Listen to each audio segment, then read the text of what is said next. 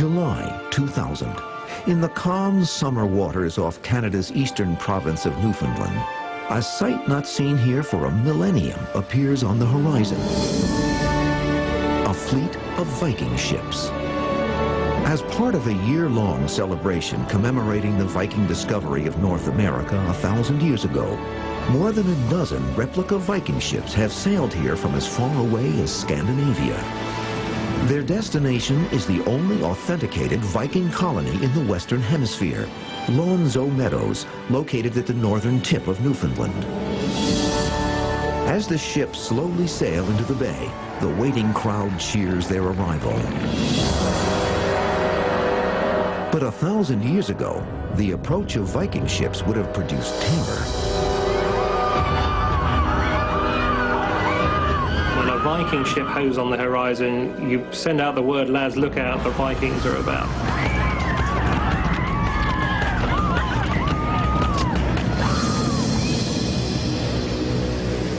Who were the Vikings, and what lured them to sail to the ends of the known world?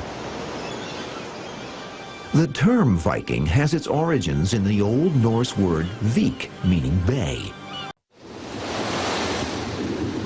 1,200 years ago, the Vikings exploded out of the cold North Sea, like beasts unleashed upon an unsuspecting world. They came from the land of fjords, a land hard to farm, and bitter clan rivalries, modern-day Scandinavia. They left behind legends of their violence and courage, sagas of exploration and conquest, along with treasures buried in their Scandinavian homelands.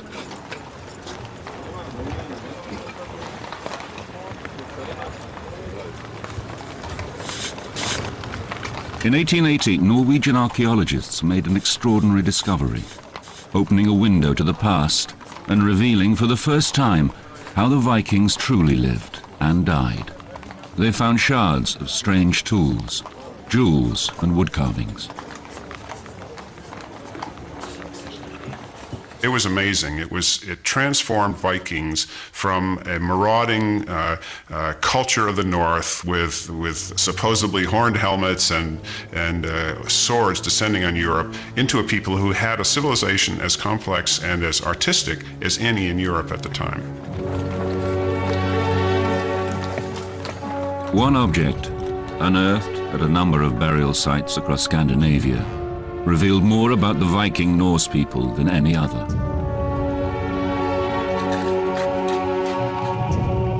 A grave ship, buried as a tomb and filled with the goods its owner needed for his voyage to the afterlife.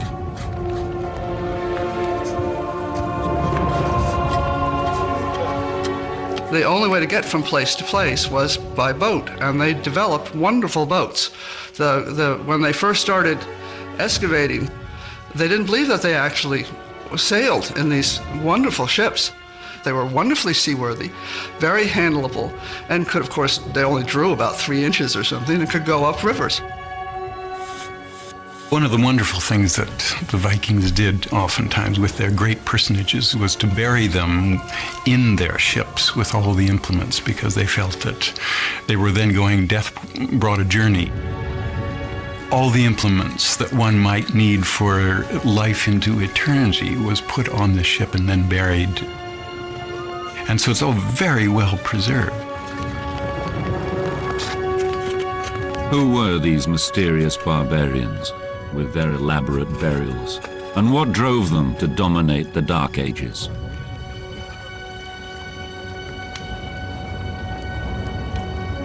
Their story began in the late 700s in the uplands of Norway.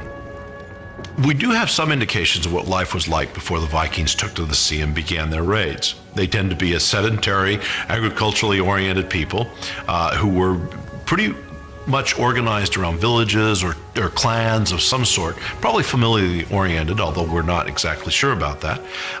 But they tended to have chiefs who ruled these little groups and sometimes had war in between them. But the Viking life was very much one of survival. The climate was colder than would have been in the rest of Europe. The weather could be brutal at times. It was probably difficult to stay alive, and that's an important point to make. At the dawn of the Viking Age, the family farm was the basic economic unit of Norse life. As farmers and herdsmen, they planted grains and vegetables during the short growing seasons and relied heavily on livestock.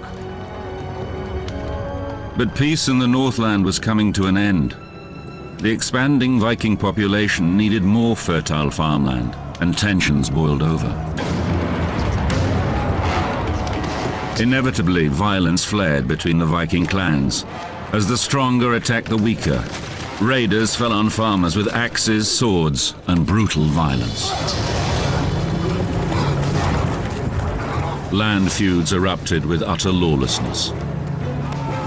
Basically, a king was a man who had a big farm, and he had his bonders, his farmers, and his slaves. And whenever he felt like going and attacking somebody else, he just got all his guys together and went off and attacked them. The Vikings would run into the village, grab everything they could, take off again. It's not terribly sophisticated, but very effective.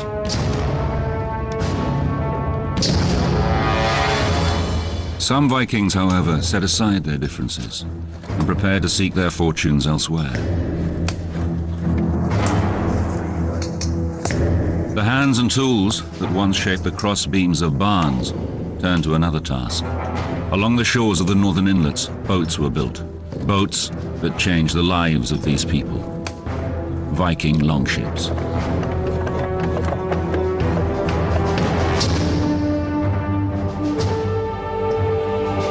These extraordinary vessels, revolutionary in design, took history on a new course and launched an onslaught that dominated Europe and beyond for the next 3 centuries.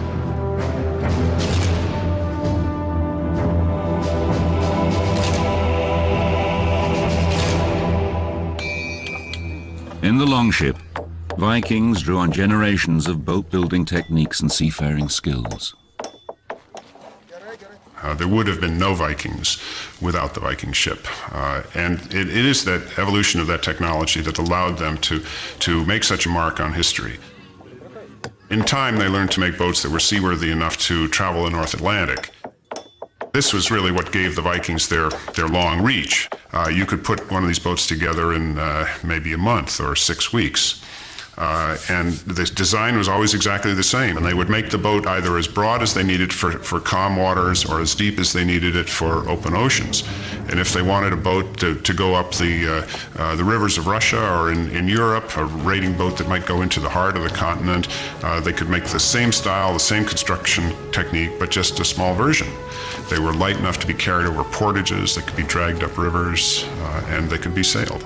And that was one of the important features because the boats were swift like lightning and there wasn't anything that could catch them.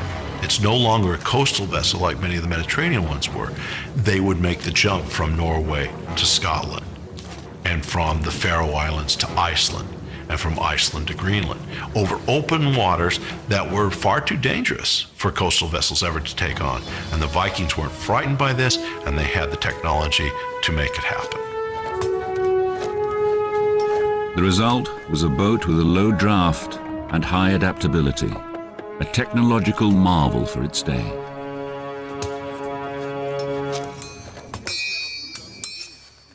No single king or central government led these people.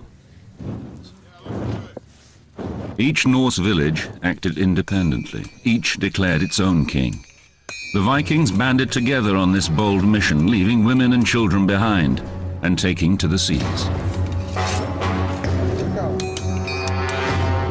They were after plunder, so they armed themselves accordingly.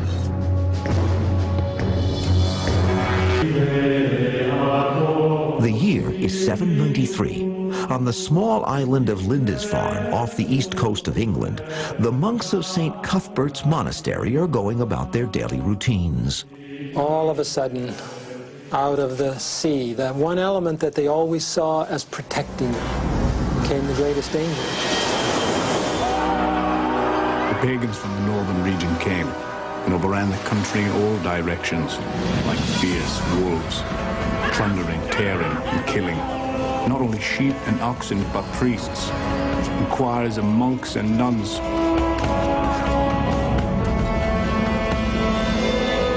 Monasteries were richly apparelled in all sorts of ecclesiastical bits and pieces, paraphernalia, whether it was crosses, reliquary boxes, all sorts of rich, bejeweled gold and silver stuff. And that's what the Vikings wanted.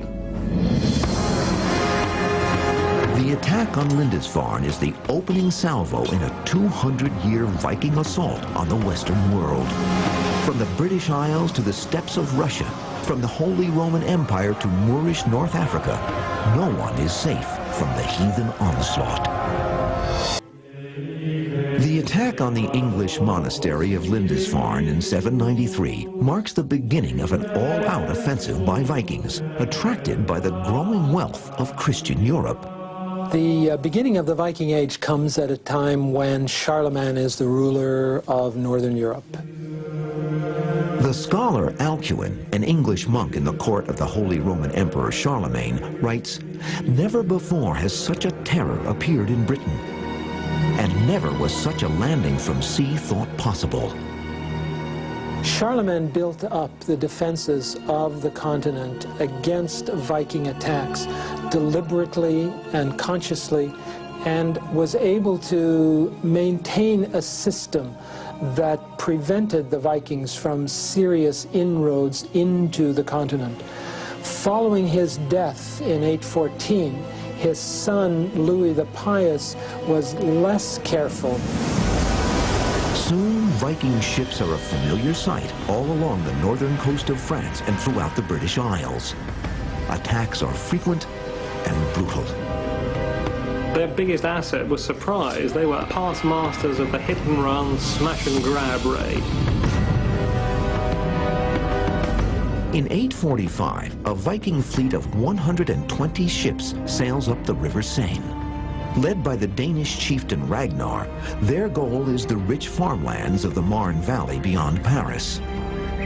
Ragnar Leatherpants, as he comes to be known, for these great woolly pants. There is a Viking who is, in the true sense of the word, a rascal and a great warrior, and adventurous. King Charles the Bald quickly gathers an army and races to intercept the Vikings. But as the massive Norse fleet approaches, Charles foolishly tries to defend both banks of the river. In effect, what Charles has done is cut his forces in half. The Vikings quickly overwhelm the smaller French army, taking more than 100 prisoners. Then, as a lesson in Viking ruthlessness, Ragnar hangs his captives in full view of their comrades. The Vikings meet with no further resistance as they forge ahead toward a rich prize. And on Easter Sunday of all days, 845, Ragnar enters the city of Paris, undefended, and proceeds to sack it. Hoping to salvage the city, Charles offers to pay in silver if the Vikings will leave. It is the first of many payments made to the Vikings, known as Danegeld, meaning literally Danish money or payment. You can't beat them militarily, let's buy them off. And for Ragnar, it was the payment of 7,000 pounds of silver that Charles the Bald gave him, with the understanding that he would not come back. But Danegeld is a strategy doomed to failure, for it only encourages the raiders to return time and again. If payments are not met, the Vikings punish their victims by cutting a slit in a nostril. The term paying through the nose is still used today. Yet some well-organized efforts are able to resist Viking aggression. After sacking Seville, the capital of Moorish Spain, the Vikings suffer a bitter defeat. The Moors fight back by hurling fireballs at the Viking fleet in the Guadalquivir River, sinking 30 ships. So many Norsemen are taken prisoner by the Moors that the gallows of Seville cannot hold them. All the rest are hung from the city's date palms. For the most part, however, the Vikings remain unstoppable. In the late 9th century, Vikings raid cities around the Mediterranean as far as Constantinople.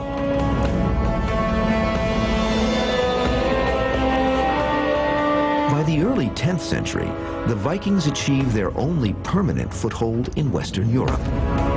In 911, an enormous armada of Viking ships lands at the mouth of the River Seine in France. Leading the invasion is the Viking chieftain known as Rolf the Walker, who earned the nickname because he was too large for any horse to carry. Unable to fight them off, the French king decides to offer the Norsemen a treaty, ceding them the land if they will defend it from other Viking attacks.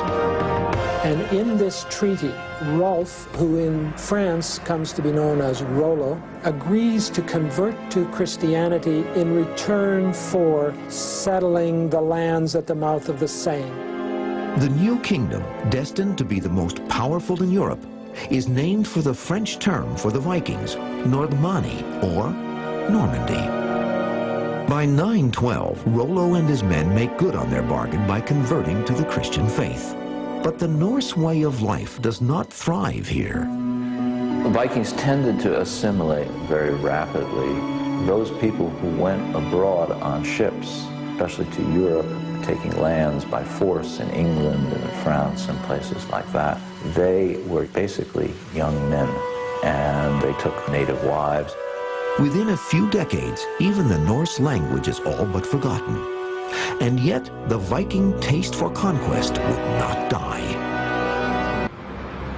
The modern city of York in northern England enjoys an ancient heritage. The Romans came here because it was a good military base, a naturally defensible position. Today, the architecture of York reflects a much later English tradition. But look closely, and there is evidence of Vikings. 865. England faces a Norse nightmare. Along the east coast, a Viking invasion force of 2,000 men lands on undefended shores. Known as the Great Heathen Army, the Vikings are led by 3 brothers. The father of these Viking brothers had himself been killed by Ella, the Anglo-Saxon ruler in York. And the tradition has it that they attacked York as revenge against Ella for the killing of their father, who was thrown into a snake pit. Within a year, the Viking army marches on the old Roman city the English called Eoforwic. In the brutal battle, they not only capture the city, but also its ruler, King Ella. Legend has it, the brothers take their revenge on him by carving the blood eagle. The blood eagle is one of those quite violent methods of execution. The Vikings would cut the ribs in the back and expose the lungs, which would then flutter like an eagle in flight. The Vikings then rebuild their captured city, giving it the Norse name of Jorvik. The Vikings seem to have had a major impact and really over a couple of centuries to have transformed the city. They developed an area just beyond the Roman fortress, an area that's today the streets of Coppergate, and this is the area where we found a lot of our most important Viking Age finds. In 1968, the York Archaeological Trust was formed to investigate and preserve the city's historic places. Richard Hall is one of its founders. About 30 years ago, a local bank was putting in some new vaults, and we offered to dig these new vaults out for them. The small excavation opens up a whole new world of Norse artifacts. Soon, other digs in York turn up even greater evidence of the city's Viking past. We found the buildings that were constructed during the period of Viking rule, some of the best preserved buildings from this era ever found in Britain. Here, Scandinavian artisans and craftsmen lived and worked in close quarters. The debris they trampled into the dirt floors remained as a legacy of their crafts. There were smiths who were making knives and tools and some weapons as well. There were leather workers making shoes. There were textile makers churning out garments of all sorts. There were people importing silks from Byzantium to make into nice little silk caps, which were all the fashion in 10th century York. That's how they made their livings. They'd given up raiding. They'd become manufacturers and traders. In addition to the houses, archaeologists find ancient trash pits called middens. These contain a wealth of microbial evidence. We learned an awful lot about diet and farming practices from all the remains of the animal bones and the seeds and all the rest of it that we found. We could tell you about their health. We know that they suffered from tummy bugs. But city life, with all its miseries, has never been an important part of Viking society. What the Vikings of the great heathen army want is England's rich farmland. 866. After taking York, Viking armies fan out over all of northern England, seizing villages and appropriating farms. Over the next decade, the Vikings swallow whole kingdoms, defeating every army that musters against them, except one. In the south, King Alfred the Great of Wessex fights the Vikings to a standstill near the town of Edington. It's the first battle in a long time that the Anglo-Saxons don't lose. And as a result, both the Viking and the Anglo-Saxon sides are willing to talk.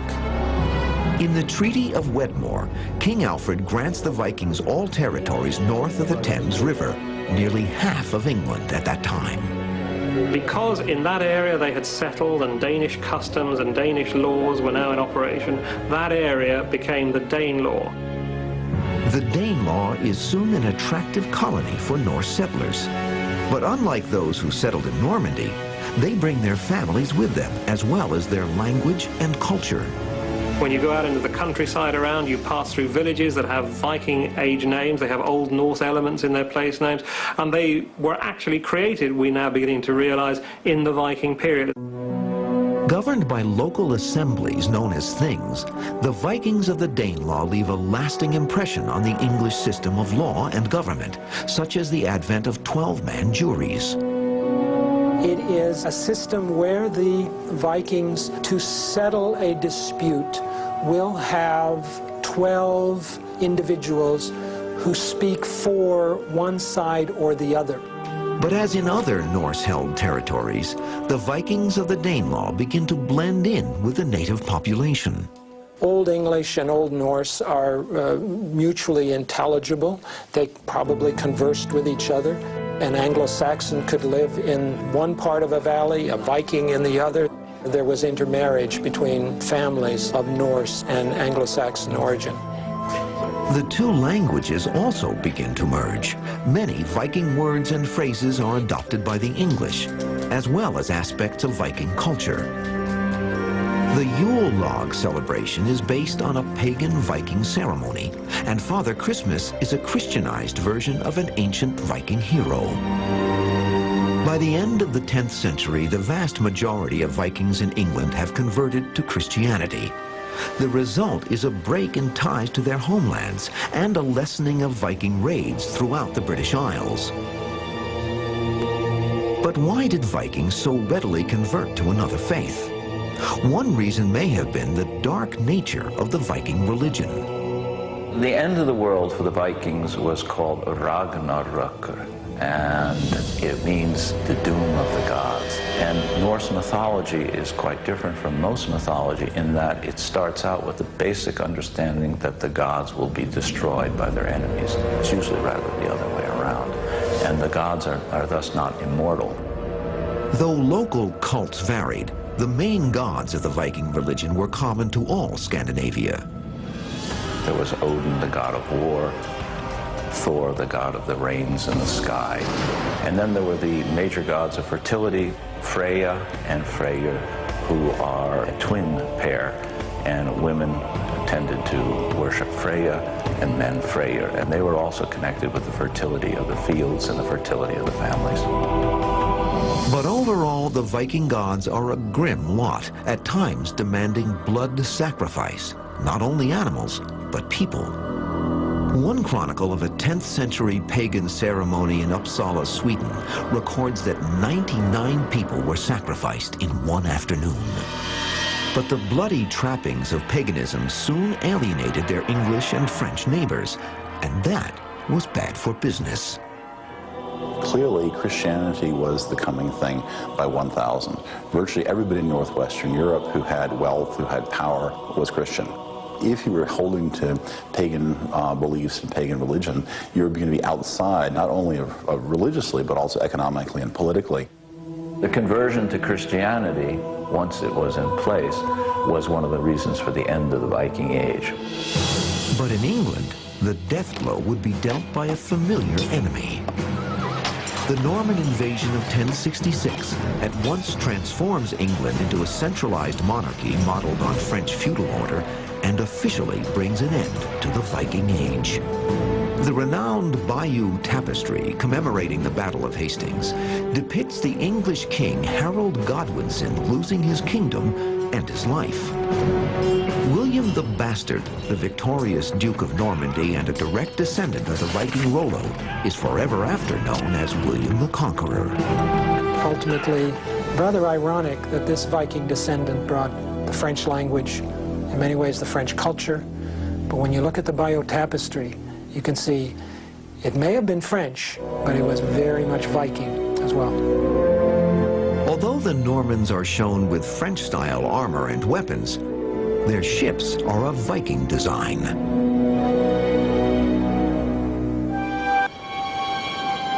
Even as the age of Viking dominance ebbs in England, to the frigid north, another Viking society is about to take shape: Iceland. Today, Viking history and culture remain very much alive in Iceland. It is the only place where the Old Norse language has survived nearly intact.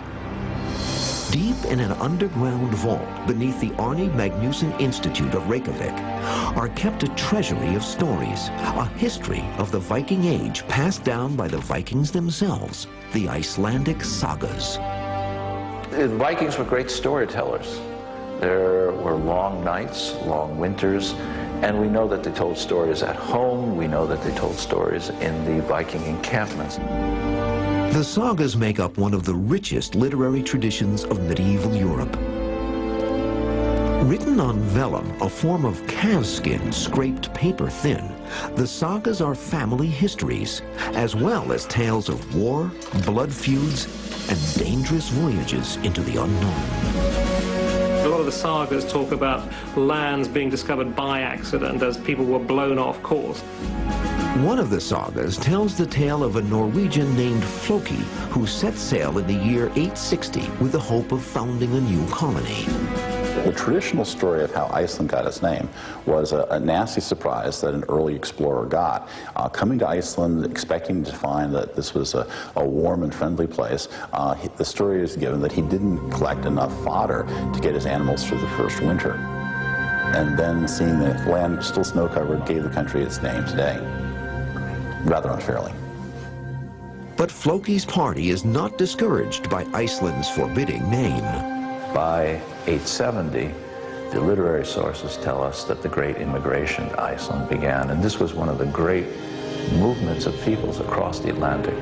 10 to 20,000 people in a period of 60 years came. Rejecting the monarchies that had seized power in Scandinavia, the independent Vikings of Iceland set up a government of their own. In 930, one of the first proto-democratic assemblies in Western European history is born.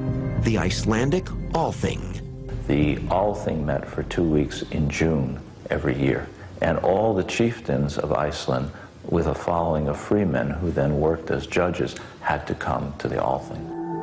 A raucous Viking festival, the Althing is held among the red lava cliffs of Thingvellir, a volcanic rift not far from Reykjavik. It's sort of a magical place in many respects. It was magical also in the sense that this is where people came together from all over Iceland to dispute, to settle land claims, to settle feuds. Exchanges were made, marriages were set up, sales were contracted. It was a very busy place. But as their island grows more crowded, the Vikings face hard times. Iceland in the 8th and 9th century was a very different place than it is today. According to the written sources, Iceland was forested from the mountains to the sea. This is a place where you could let your pigs run loose in the birch forest, and today there's not a tree for 100 miles. In 970, 100 years after settlement began, Iceland suffers widespread famine. The sagas tell us that food becomes so scarce, people are forced to eat ravens and foxes. About the same time, a young, red-haired Viking sails to Iceland to escape a sentence of death for killing a man in Norway. Eric the Red is a great example of the Viking age. He's a pushy, aggressive, greedy fellow who becomes a renowned and wise leader at the end. But Eric's aggressiveness would make him an outlaw in Iceland as well. After killing a neighbor in a feud, Eric is banished from Iceland for 3 years. Having heard reports of new land sighted to the west, Eric sets out to find it for himself.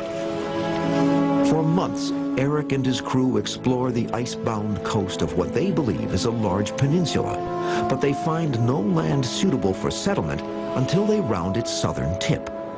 Here, along the western coast, are virgin pastures and sheltered fjords free of ice. In 986, after 3 years of exploration, Eric returns to Iceland triumphant, as described in the saga of Eric the Red. This same summer, Eric sailed away to colonize the land he had discovered, calling it Greenland, for he maintained that men would be much more eager to go there if the land had an attractive name. Eric the Red was quite clearly, in addition to being a great chieftain and a great explorer, a great salesman. Certainly in the late 900s, where Icelanders were facing widespread erosion, the idea of a new Greenland with fresh pastures to the west must have been very attractive. But the 500-mile voyage is a treacherous one. Of the estimated 700 intrepid men and women who accompany Eric to Greenland, only about 400 make it. 11 of the 25 ships either turn back or are lost at sea. Those who survive settle in 2 areas: the eastern settlement at Cape Farewell and the western settlement 300 miles up the coast. Eric the Red settled at a farm called Brattahlid, or Steep Slope Farm, ruins of which still exist in southern Greenland today. It's, of course, got some of the best pasture in the district. Thjodhild, Eric's wife, became a Christian and decided she would no longer share his bed. This, as we were told, disturbed him greatly. And eventually she managed to get a church built quite close to their farmstead, the ruins of which still exist today in Greenland. Despite hardships, by the year 1000, the Greenland colonies are prospering and even begin exporting their own unique goods. In Europe, polar bears become popular, while in the Middle East, white Arctic falcons are prized as hunting birds. That same year, the sagas tell us, another bold Viking mariner once again sets out to discover a whole new world. His name is Leif Erikson. Leif was the son of Eric the Red, the settler of Greenland. We don't know if Leif is born in Iceland or in Greenland. He may have left as a little boy with his father to go to Greenland. Also, he seems to have inherited Eric's desire for excursion towards these unknown lands in the west. Like his father, Leif follows reports of land sighted to the west. He sets out with 3 well-provisioned ships and sails toward the unknown. The Norse didn't find a new world. They found what they expected to find, which was a whole series of islands ringing a central big puddle. And if you kept going, eventually you come back to where you started.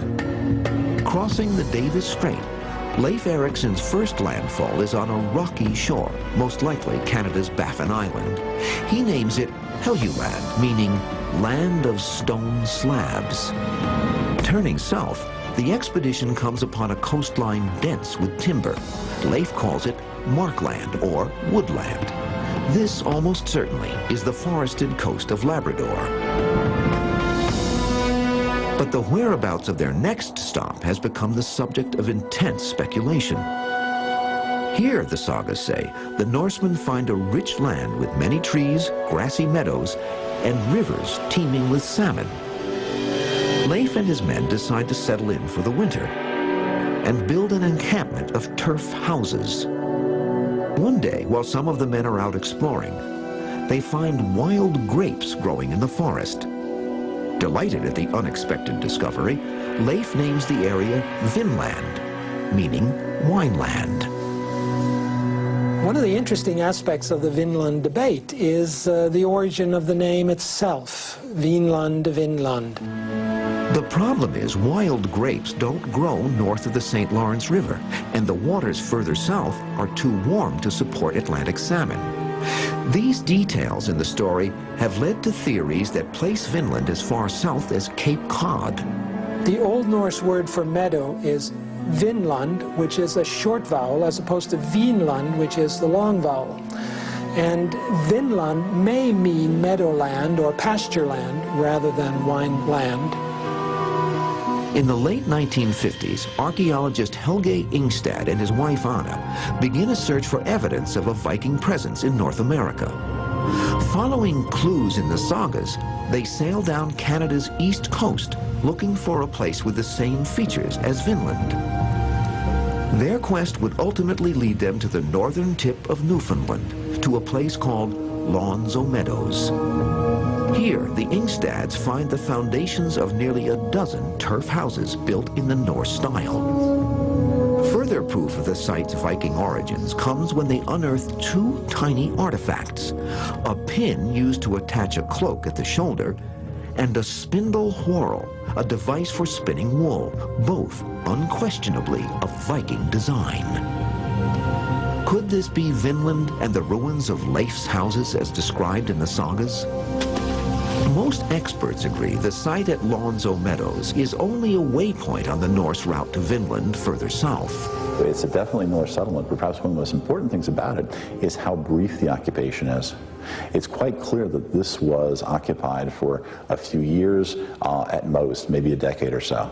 And the Norse settlement of Lawns o' Meadows, like the Norse settlement of Vinland itself, in the long term was a failure. According to the sagas, as many as 4 more expeditions to Vinland take place. All are repeatedly hampered by violent encounters with what the Norse call the Skraelings. Meaning literally wretches in Old Norse, the term is thought to describe both the Thule Eskimos of Canada as well as the native tribesmen of North America. In one battle with the Skraelings, Leif Eriksson's brother Torvald is killed by a tribesman's arrow. The last we hear of Leif, he returns to Greenland to succeed his father as chieftain of the colony. He spends the rest of his days preaching Christianity. Here the sagas end, but did the Vikings leave for good? When we return, controversial evidence suggests the Vikings may have gone even further in their explorations of the New World. How this coin got into this Indian village and into this garbage dump has to be a story in itself.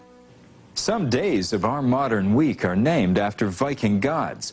Wednesday is for Odin, father of the gods. Thursday for the god of thunder, Thor. And Friday for Freyr, the ruler of peace and fertility. In 1355 AD, centuries after the death of Leif Erikson, a priest from Greenland's eastern settlement set sail to visit the church at the smaller western settlement 300 miles up the coast. Father Ivar Barderson had become concerned over reports that the small colony there had been in decline, possibly under attack by Eskimos. But when Father Barderson arrives, no one is there to greet him. The small community, which had endured extremes of weather and distance for 350 years, is abandoned. There are no bodies, no blood, no sign of battle. The people have simply vanished. The Vikings, when they went as far as Greenland and then finally to the North American continent, had reached the end of their limits as far as connections with their homelands. They were not numerous enough to deal with the native inhabitants of America, and they weren't even numerous enough to keep up the Viking colony in Greenland. But if they didn't die there, where did the Norsemen of the Western settlement go? Tantalizing clues have surfaced over the last 200 years that hint at a destination somewhere on the North American continent. But are they real or fraud? In the early 1900s, Canadian Arctic explorer Vilhelmus Stefansson reports encountering a tribe of Inuit living on Ellesmere Island, only a few hundred miles from Greenland. That in itself is nothing unusual, but for the fact that these Eskimos had blonde hair and blue eyes, features prevalent in the Norse gene pool. In the 19th and 20th centuries, there was a lot of interest in what happened to the last Norse Greenlanders and what happened to the colony generally. And one theory was that they had intermarried with the Inuit, the Eskimo of Greenland. Other evidence indicates that the missing Vikings may have gone south, winding up in an area that is now part of Minnesota. 1898. A Norwegian immigrant named Olaf Oman claims to have dug up a Viking runestone on his farm in Kensington, Minnesota. On it is carved an inscription purportedly from a lost Viking expedition to the area. But later analysis of both the stone and the language of the inscription suggest it's a fraud, perpetrated by the farmer himself. The Kensington stone is a controversy that grows out of the intense desire on the part of Scandinavian Americans in the United States to perhaps justify their existence in North America. The most credible evidence found in the United States is a Norse penny dating from the late 11th century, discovered in the trash pit of an Indian camp in Maine. How this coin got into this Indian village and into this garbage dump has to be a story in itself, because it dates from a good half-century after the end of the L'Anse aux Meadows settlement. It comes from a later period. There had to be continued contact there. But the fragile links between the Norse colonies of Iceland, Greenland, and Vinland would not endure. By 1450, Iceland loses all contact with Greenland's remaining eastern settlement.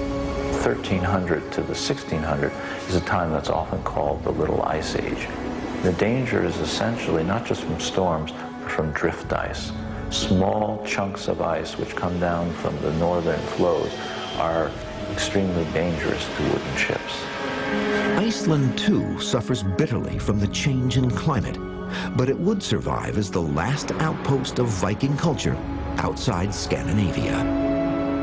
Where you have a persistence of real traditional Scandinavian culture is in places where Scandinavian settlers, men, women, children, everybody, made up the majority of the population, as in the Northern Isles of the Orkneys and Shetland, the Faroes, and in Iceland. On these wind-swept islands, archaeologists are slowly piecing together some of the puzzles of Viking life. These stones that you see here, this is definitely a significant building. Just when it was built, just what it is at this moment, we have no idea. And you can see these black layers. Those are ash layers from volcanoes. They're called tephra layers. This one is almost surely from the 1500s, when there was a large eruption. But all of the different tephra layers are coordinated with ash that fell on Greenland, and ice core samples which are taken in Greenland are compared to the tephras. So we have a wonderful dating system. This will tell us a lot about these stones.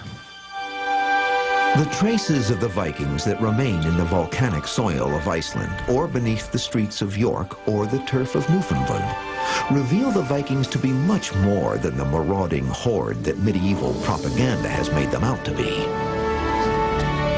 No more violent than other warriors of the age, they were far more likely to be farmers and fishermen, traders of goods from the far corners of the world, and artisans of prodigious talent. Their unique style and far-reaching vision have left an indelible mark on our modern world. They are us. They are in us. They are in our culture. They are in the language we use all the time. If you want to know what a Viking looked like, look in the mirror. Back in Norway, the great catalyst for Viking unity emerged in the destiny of one young boy. Harald Hardrada was the half-brother of Norway's King Olaf and his heir apparent. He was just 15 years old, fighting on the losing side of a Viking civil war.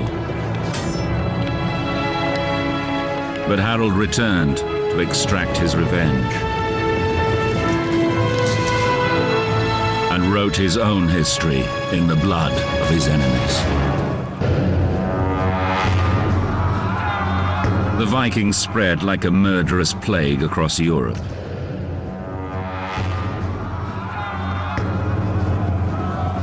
The first to fall were unarmed monasteries, but soon the invaders took terror deeper into the continent.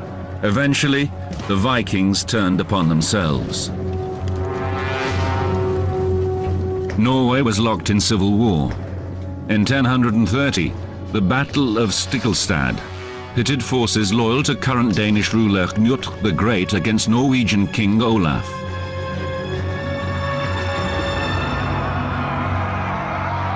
From the ashes of the infighting, a young warrior had risen, Harald Hardrada, King Olaf's half-brother and heir. In the middle of the 11th century, as Harald grew to manhood, he developed the ambition to lead and unite Norway. But first, he had to win the power to do so.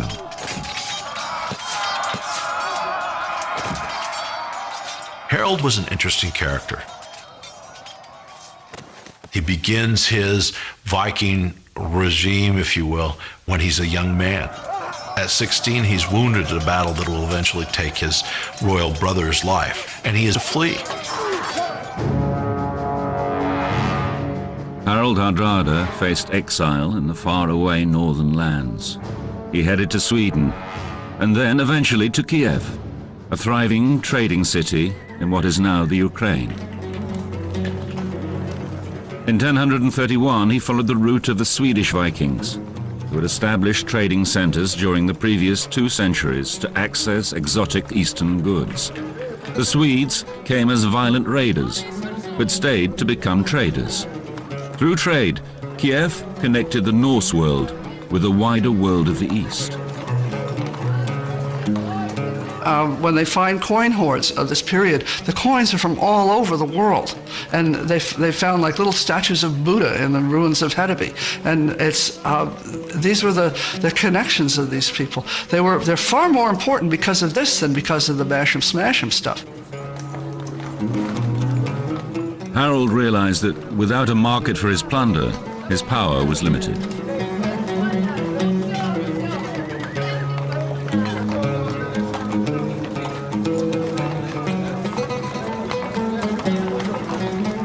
The Vikings had lived on trade for hundreds of years. When you go out there and you trash a monastery and you grab a bunch of cups and some manuscripts, you're not going to take them home. You know, what use are they to you? You have to go someplace and swap them for what you really want.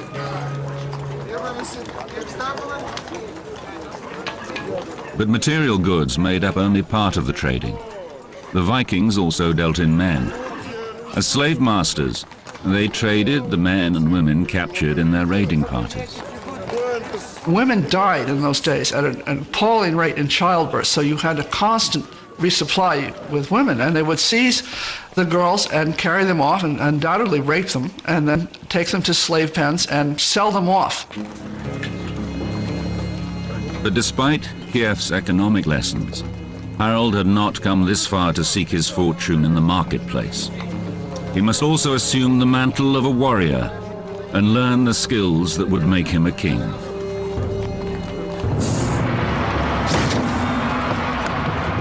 By the year 1038, Harold had grown confident and hungry for plunder, leading an elite force of Viking mercenaries. He fought on behalf of foreign rulers across the east, winning wealth and power as he prepared to return to Norway and seize the crown. In Sicily, Harold demonstrated his legendary resourcefulness. Harold's generalship is characterized not necessarily by great courage, but by great slyness. And this is a major Viking virtue, is rather than go and just bash people over the head, if you can be sneaky, you know, they prefer that. One of his tactics was they came to a city and they besieged the city, and he had his men capture the little birds that were flying in and out of the city. And with pitch and string. They attached little burning twigs to the backs of the birds and let them go. The birds flew back into the city to their nests in the thatch, and immediately started the city on fire, so they took the city. In King Harald's saga, 13th century Icelandic historian Snorri Sturluson told of the plan's effectiveness in conquering Sicily. At that, all the people came out of the town begging for mercy, he writes. The very same people who had been shouting defiant insults at the army and its leader for days on end. Harald spared the lives of all those who begged for quarter and took control of the town.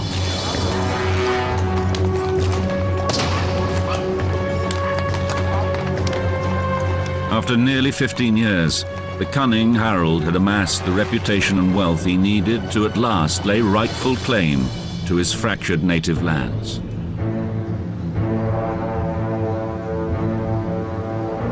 In 1046, he headed back to Scandinavia, a famous mercenary with the riches and ambition of a king, but without a title.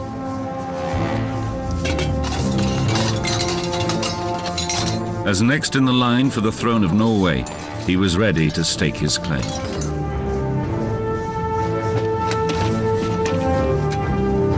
Problem is his nephew's on the throne now.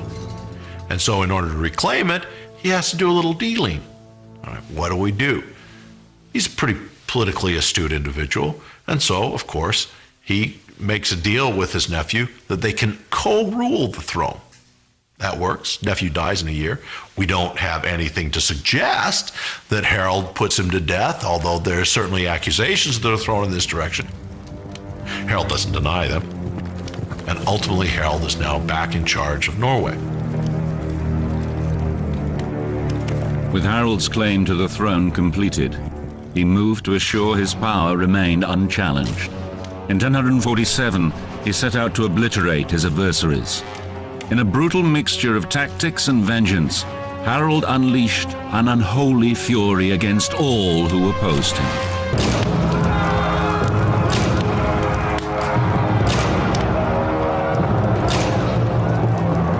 In 1047 AD, after years of gaining power, Harald Hardrada became king of Norway. He ruled the Vikings through sheer force. Harald's men were merciless as they lay waste to the farms and villages of those who opposed him. Their message was simple: submit or die. Across the country, Harald's enemies paid the ultimate price for their disloyalty.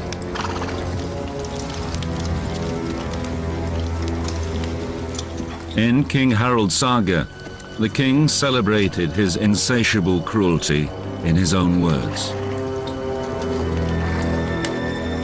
I kill without compunction, and remember all my killings.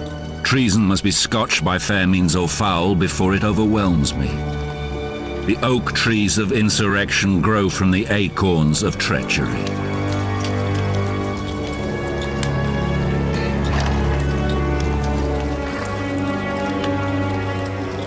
With the insurrection crushed, a celebration was in order.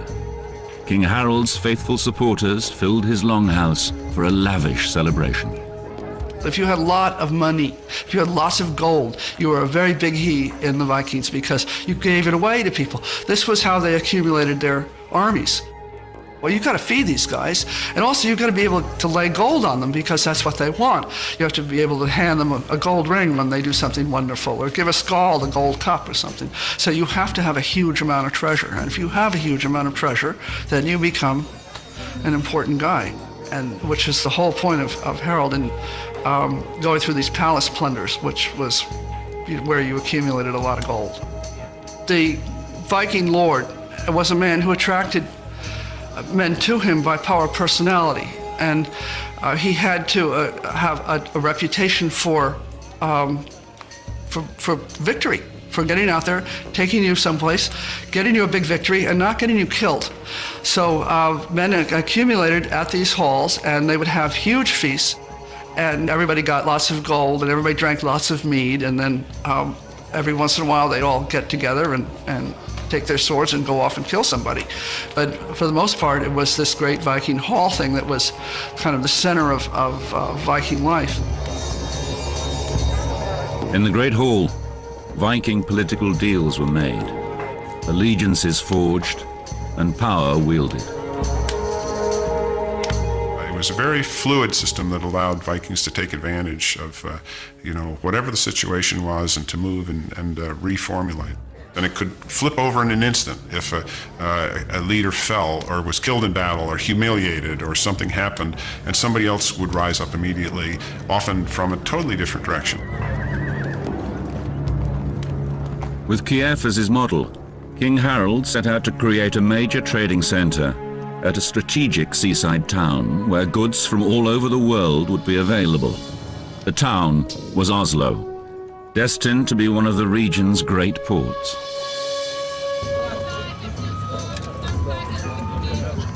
King Harold knew it was trade that would unite the Viking people and bring them the wealth and stability they desired.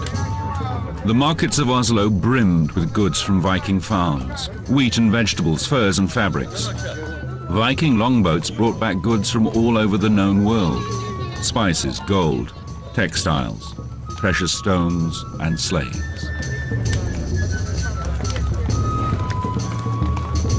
Pottery and glass from Germany were traded, silver jewelry from France, and coins from the faraway Arab lands.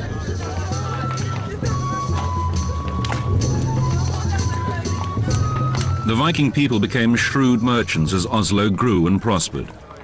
The ordinary life of this trading community was revealed in the goods interred with them: gold, engraved weapons, jewelry, the ordinary wooden goods of the Vikings themselves. But the development of a major trade center only whet Harold's appetite for greater riches and control. Harold decides a bigger target is in order, and that target is England. And he gets on a boat, number of boats, of course. He's joined by the rebellious brother of the King of England, and off Harold Harthrothi goes. As he looked toward England in the future, Harold surely imagined his own empire stretching as far as his longboats could take him. The one-time refugee had gained astonishing power and political clout among his belligerent people. He had already conquered the toughest of his own Viking enemies. His actions were met with little resistance. England and all its wealth seemed within easy reach of his iron grasp. But awaiting Harold and his men was a tough and disciplined army, and a struggle greater than any he had faced. In late September 1066 AD, a rider bore dark, urgent news for the city of York. The Viking king Harald Hardrada was approaching. The English knew well his reputation for brutality. Only swift action and great courage could stop him. Harold began his conquest on the coast, and after winning a quick succession of violent conflicts, his victory looked all but assured.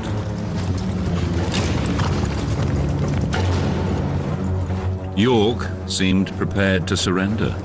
Harold and a contingent of his troops headed for Stamford Bridge, some 7 miles from the city. He'd expected York's leaders to pay homage and to present hostages as tribute.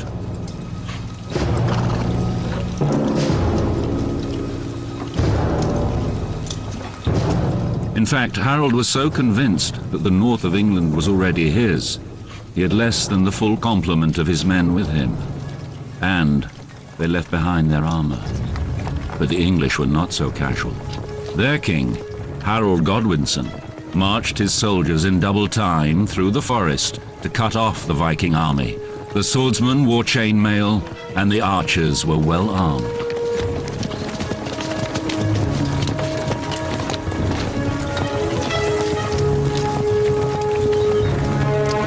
When the English army shows up, at least the sagas tell us, they're completely surprised as they see the armor shining in the sun of the midday, coming closer and closer to them. They don't know who it is.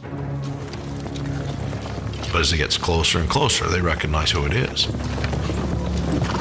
According to King Harold's saga to the Vikings, it looked like a sheet of ice when the weapons glistened. A fateful decision took Harold. Rather than retreat and wait for the rest of his troops to arrive from the ships, he wanted to fight. At one point, the English pulled back. Harold sensed victory, and his forces broke formation. There's a story. One warrior stood on the bridge and held off all the English. These were tiny, tiny armies, but that's not unheard of in the Middle Ages, where battles with large numbers of armies are not that common. According to King Harold's saga, Harold rallied his men with these words: "Carry your head always high in battle, where swords seek to shatter the skulls of doomed warriors."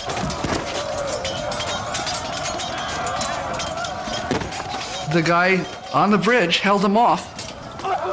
But then once he was jabbed, they were able to get to Harold. With the bridge open, the English soldiers poured down on the lightly armored Viking forces, cutting through them like a scythe. The battle was savage.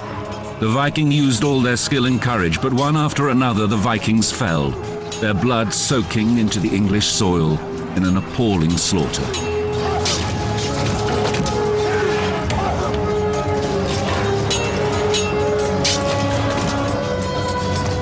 The Viking sagas recount the struggle.